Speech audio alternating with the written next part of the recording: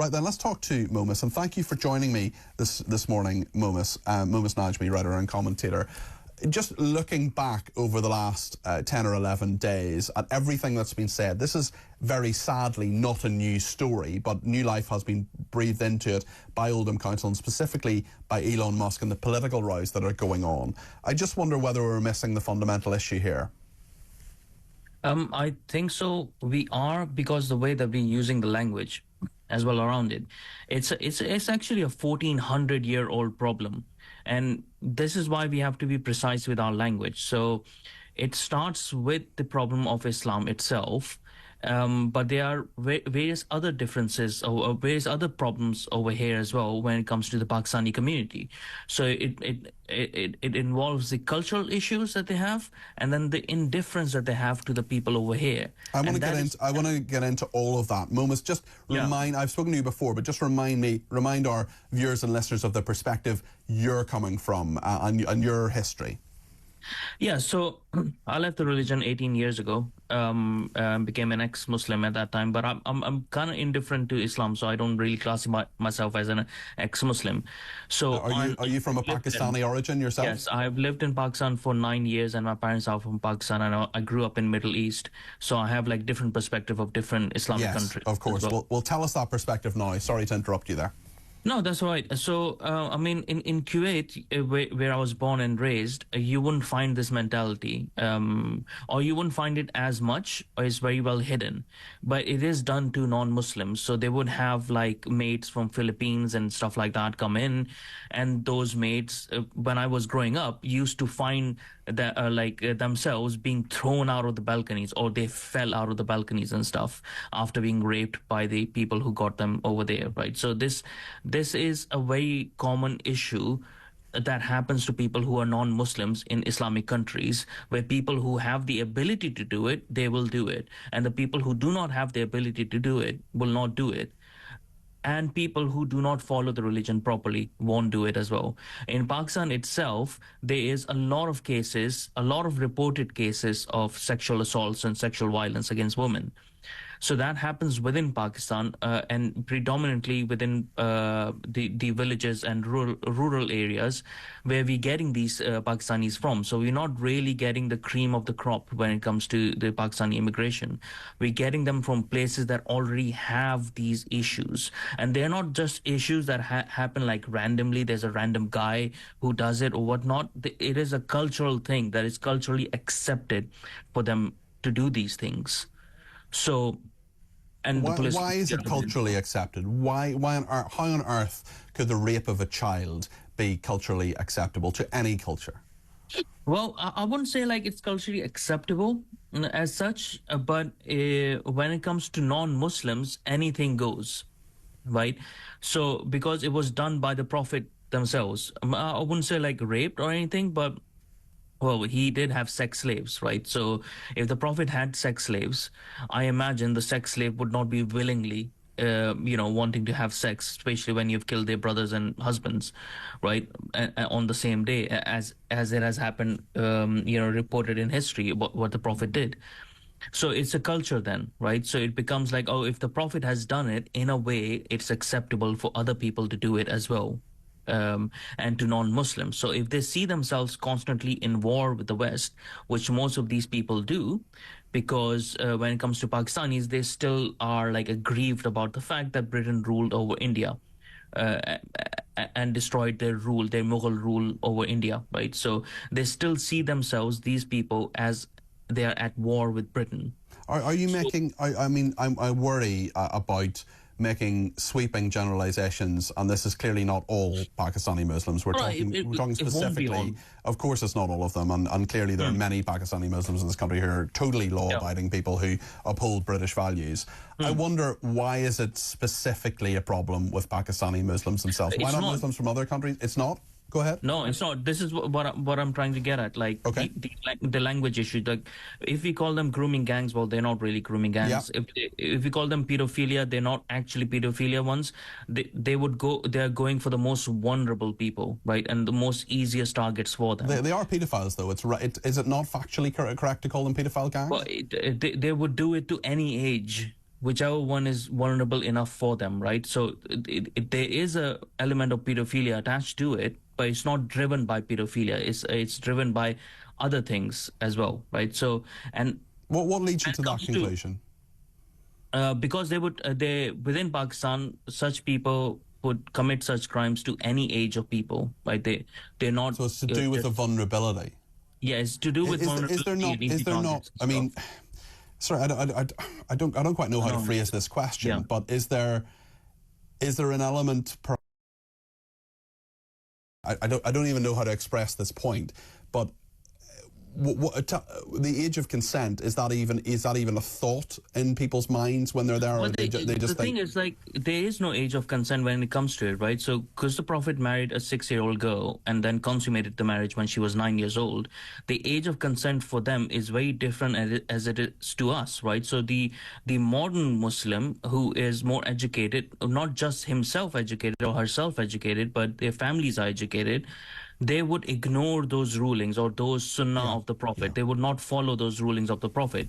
But overall, Sharia cannot say that you cannot marry someone younger, as the Prophet has already done it, right? So, but back to that point of, it's not just Pakistanis, it's just because we have the biggest population of Muslims that we have in England and in Britain is of Pakistani origin. So that's why it's more predominantly Pakistanis that are happening. I understand.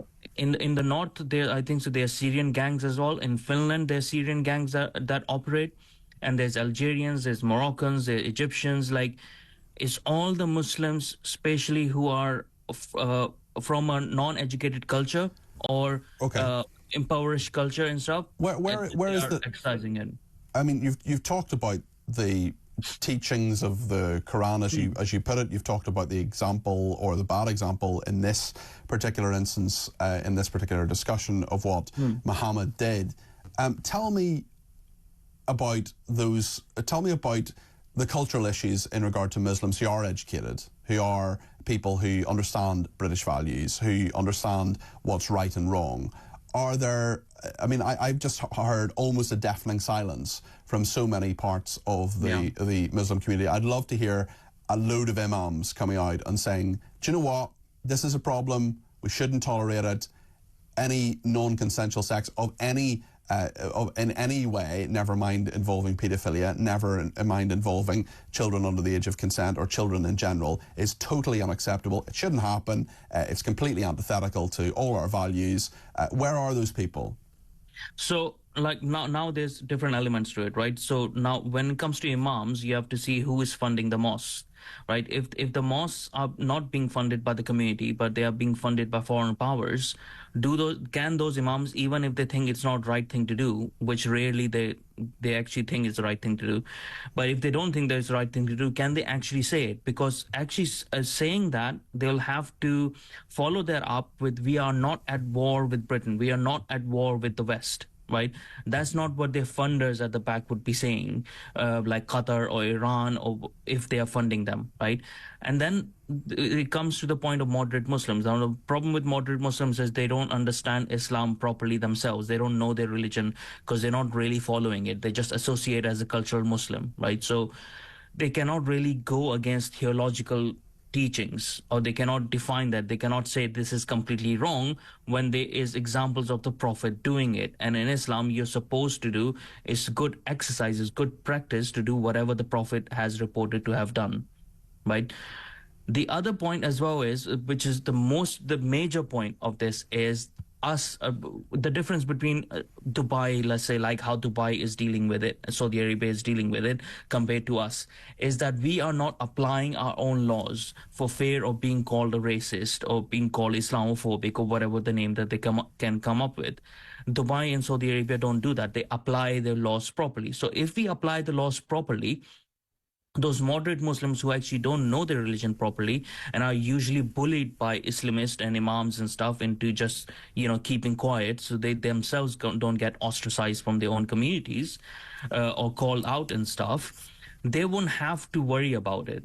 we will have a stronger hand. And the law will be applied equally to everybody, which is what should happen in the first place. A lot of people blame institutional aspects for the paedophile gang scandal. A lot of people say that this is to do with councils, it's to do with police turning a blind eye, it's to do with authorities, the racism point, the worry about being accused of racism. How much of it is that, do you think, in your estimation, how much do you think of it as that, and how much do you think it is of people, for cultural reasons, turning a blind eye?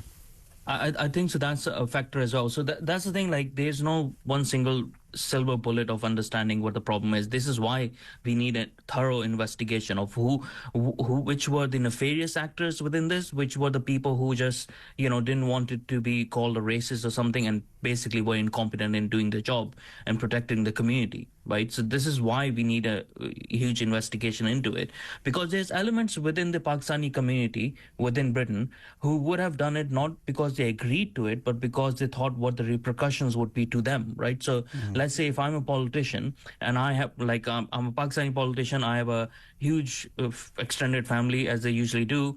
One of the cousins is doing it, right? I have no idea. They come into a family gathering, they take pictures with me, right? As you usually do, like, oh, it's a wedding or something, they take pictures of what. Now those pictures are out there, right? So, and they worry like, oh, if these come out, my cousin has actually done it. If this come out, then it will affect my career. Yeah. So how do I bury that, right? So there's a lot of self-interest and stuff, but it also comes down to the fact that maybe the Pakistani community, majority of the Pakistani community, are indifferent to the native British population, as if they're not seeing them as their own.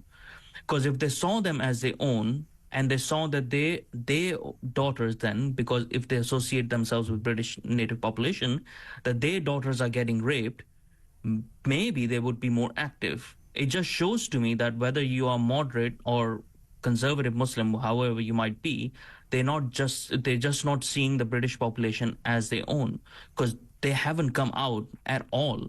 Can that change at all? Can there ever be a cultural change that says, actually, you're integrated, or is it too late? Actually, these are British values. These are things that are unacceptable. And similarly, that someone who doesn't look like you and someone who doesn't share your background necessarily is actually the same as you, because we're all human.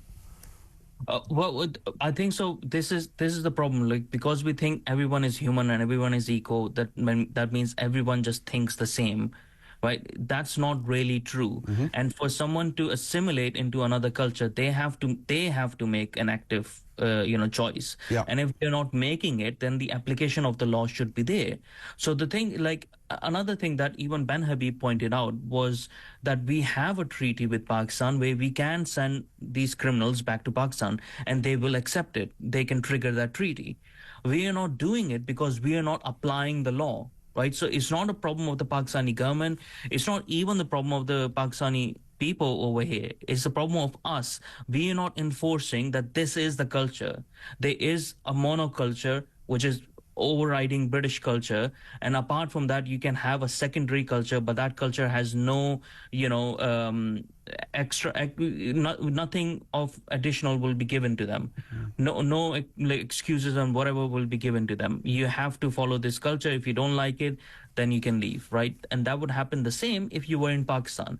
If you were in Pakistan and a bunch of white British people went over there and started their own cultural enclaves, they won't be allowed. They will be kicked out by the military, right? So we are allowing these things to happen. So that needs to stop first, and then we have to assert that this is the British culture. Then we can have assimilation of people, but it will only happen in very low percentages because it's rare for someone to completely detach themselves. Momus, thank you very much. That's Momus Najmi there. He's a writer and commentator. Really interesting hearing his perspective there.